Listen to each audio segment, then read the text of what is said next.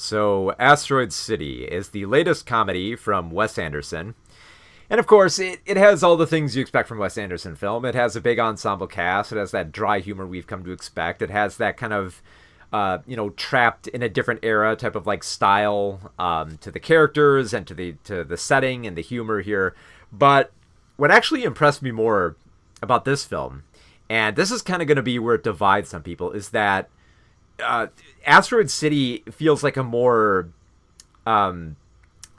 blunt and kind of like grounded film in terms of being about existential dread, and actually takes some big leaps with how it stages this story. So the key thing to know about this film is that it takes place within.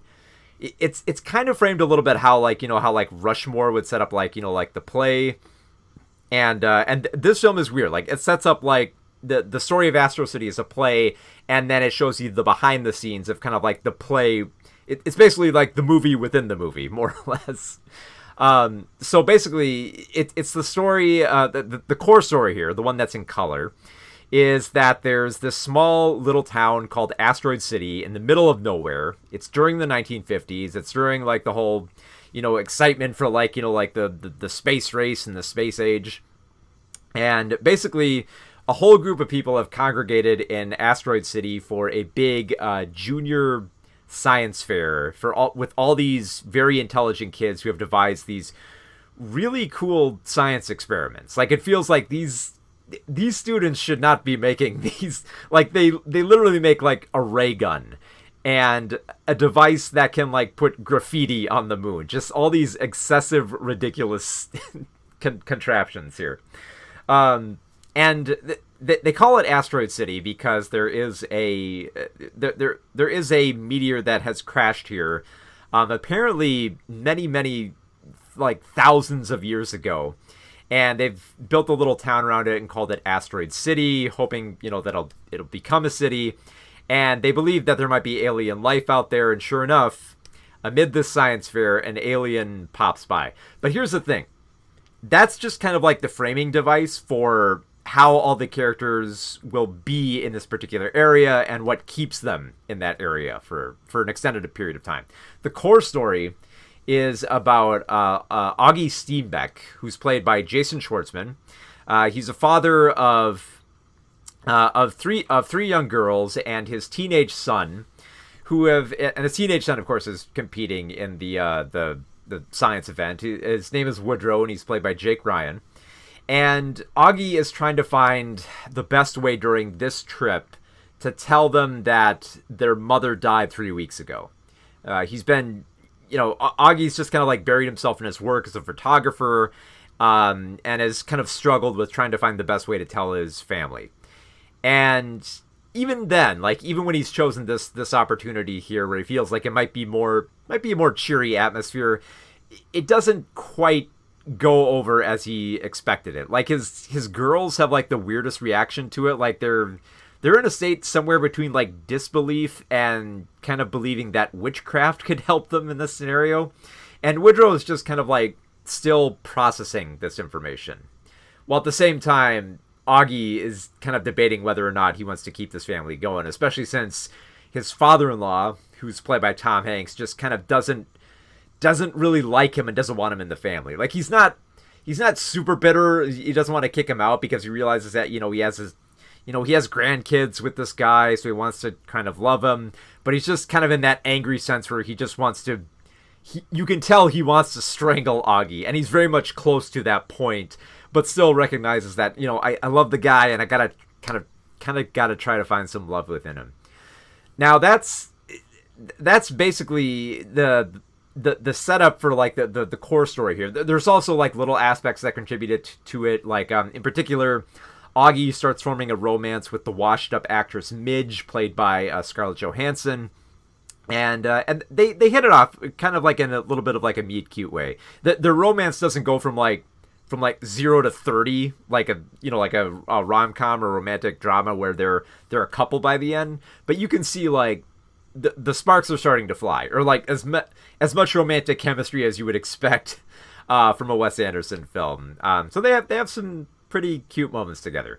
Now that's that's the core story within Asteroid City. But then you also get this separate story that frames that frames Asteroid City as a play, and then you get to hear the story behind the play, delivered by Bryan Cranston acting as a narrator for what seems like it seems like they're filming like a TV special about how they've set up the story. And then you get to see like the other actors behind the scene. Basically, it feels like everything going on behind the scenes is basically like all the actors that Wes Anderson usually puts in his films are just kind of like waiting in the wings or hanging off and just taking a role. Like you have like Willem Dafoe plays like an acting teacher. You have Adrian Brody playing the director. You have Edward Norton as the playwright. And they're not given a lot to do. Like they are making the most of their scenes. Jeff Goldblum in particular.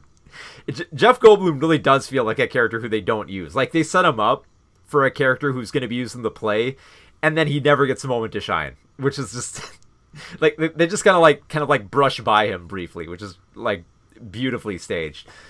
But what's more fascinating about how they set this up is that both of these two worlds represent this kind of like existential dread, in a few ways, in ways that aren't like as apparent. Like because when Asteroid City gets visited by the alien, and the alien is just kind of harmless, like it's got like big adorable eyes and it has no mouth and it just kind of like looks around, it's like hey, what's up?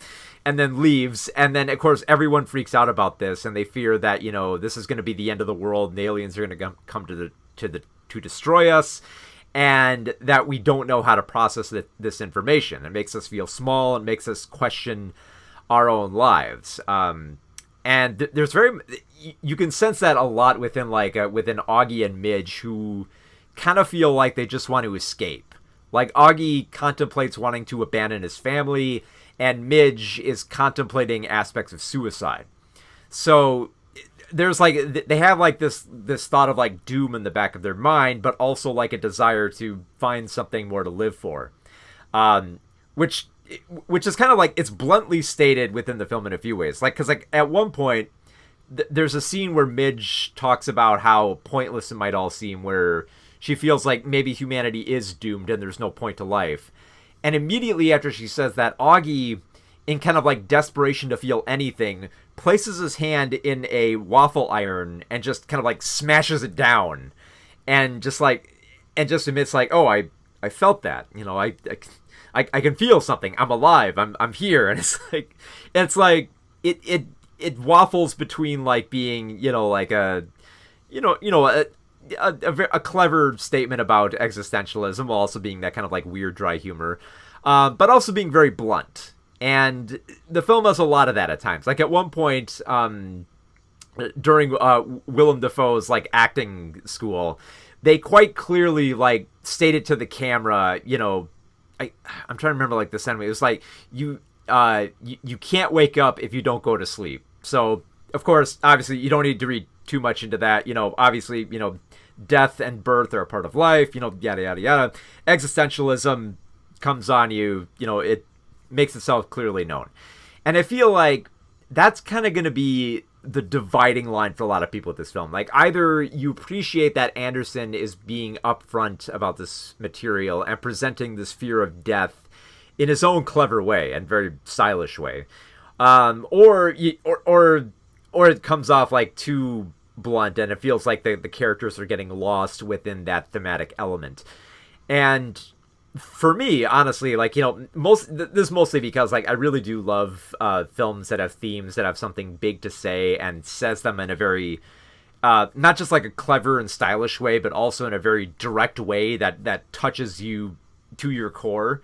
And this film actually kind of did that for me, and it was a big surprise because I wasn't expecting that much out of a Wes Anderson film, to kind of like to basically have like characters look death straight in the face and kind of like find a way to live on. And this is more or less represented when Jason Schwartzman's character, when he's in acting mode, when he's like behind the scenes.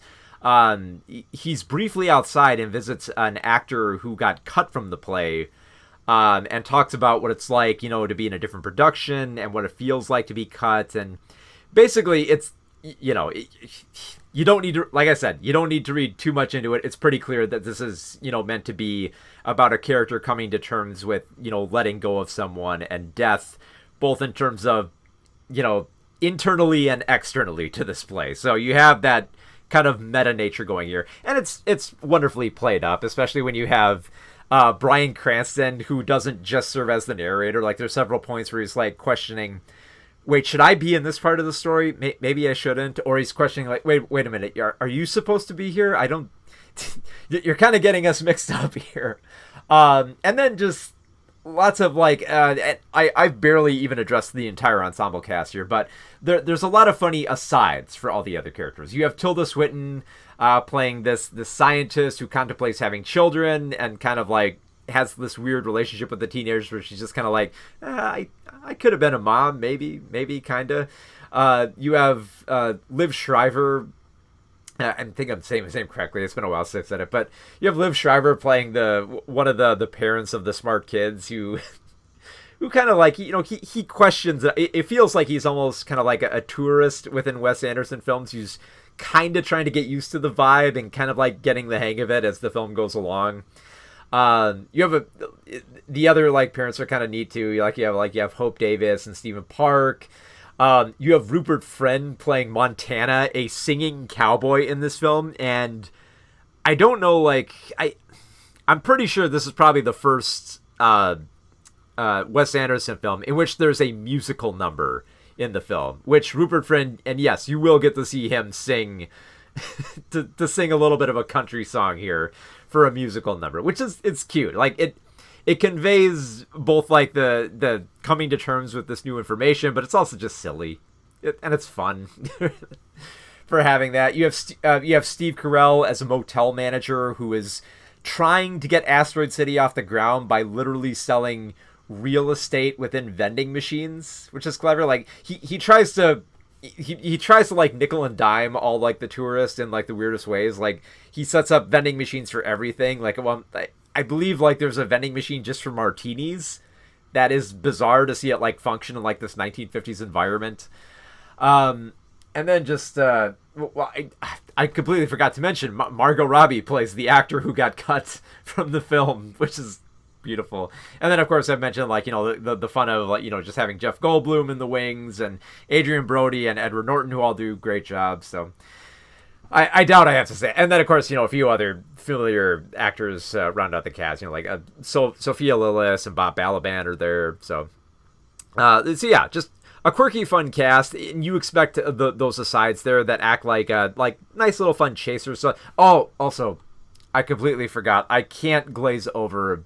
How could I forget? Jeffrey Wright as the military commander is great, just because he's perfectly suited for this type of film where he basically just has to have like that kind of like stern, the stern military man who doesn't quite know what he's doing in the 1950s and doesn't know how to handle an alien threat, and it just kind of like relies on like going by the book and just being very analytical. So he works so well here, especially after him being added with like the French Dispatch. It's kind of interesting to see him play that kind of like a little bit more of like a comfier character. Because within the French Dispatch, he was clearly trying to do James Baldwin. He was clearly trying to do that. And here, there's a little bit of like just like a character where you just have to be stern, your dialogue has to be quick, and you gotta have a little bit of a grumpy edge under there. And yeah, he works so well here. Just the entire cast here works so well. I doubt I have to say this too. Like, it's beautifully shot and framed. Like the very bright, the very bright colors with like the dusty plains highlighted by like the deep blue sky is just gorgeous to look at. The framing of like having these wide open spaces and then having odd things like an unfinished part of road and a motel where like they don't have all like the rooms all quite set up, and having the weird crater.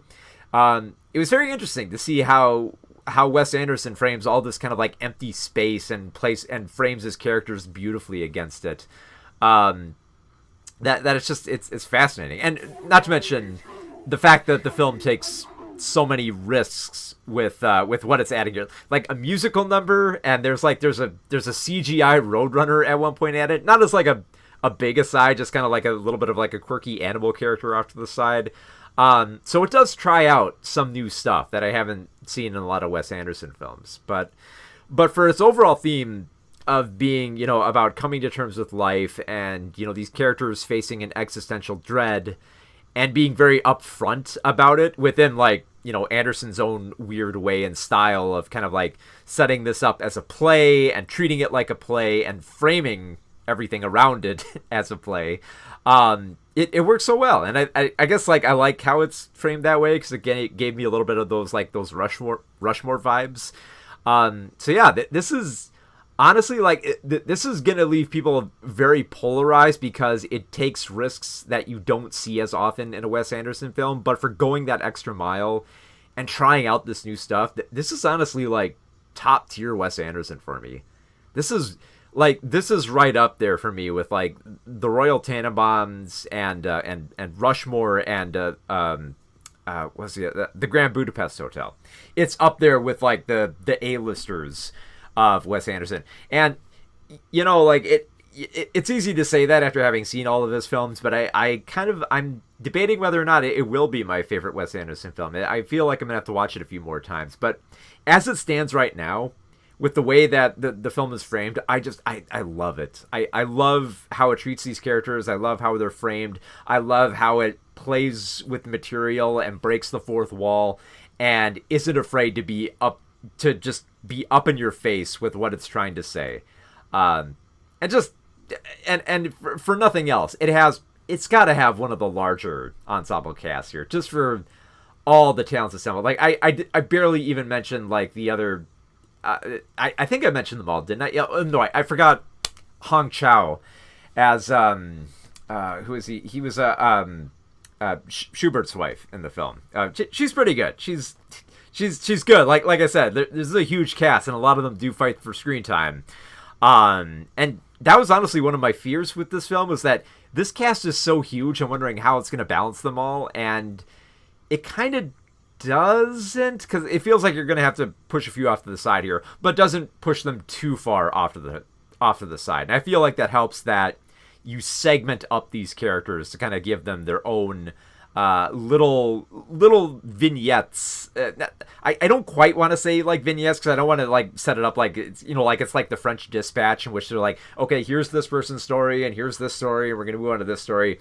No, it feels like there's a core story here, and then there's like a B, C, and D plot that are going on around the same time, that are not like overbearing, and they don't feel like they're inexplicable in how they're framed. So, at least that's the way it came out for me, just because like the characters are framed in a way where they are relatable.